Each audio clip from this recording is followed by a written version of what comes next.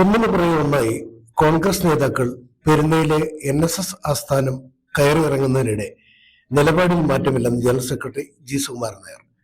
കോൺഗ്രസ് നേതാക്കളായ തിരുവഞ്ചൂർ രാധാകൃഷ്ണൻ, PJ കുര്യൻ, കൊടിക്കുന്നിൽ സുരേഷ് എന്നിവർ കഴിഞ്ഞ ദിവസങ്ങളിൽ പെരുന്നയിലെത്തിയിരുന്നു. ഈ സാഹചര്യത്തിലാണ് നിലപാട് മാറ്റമില്ലെന്ന് സുകുമാരൻ നായർ നയം വ്യക്തമാക്കിയത്.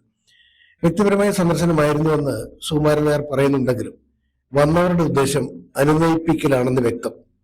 സർക്കാരിന്റെ നടപടികൾക്ക് NSS നൽകിയ പിന്തുണയാണ് നേതാക്കളെ പെരുന്നയിലേക്ക് ചെല്ലാൻ നിർബന്ധിതമാക്കിയത്.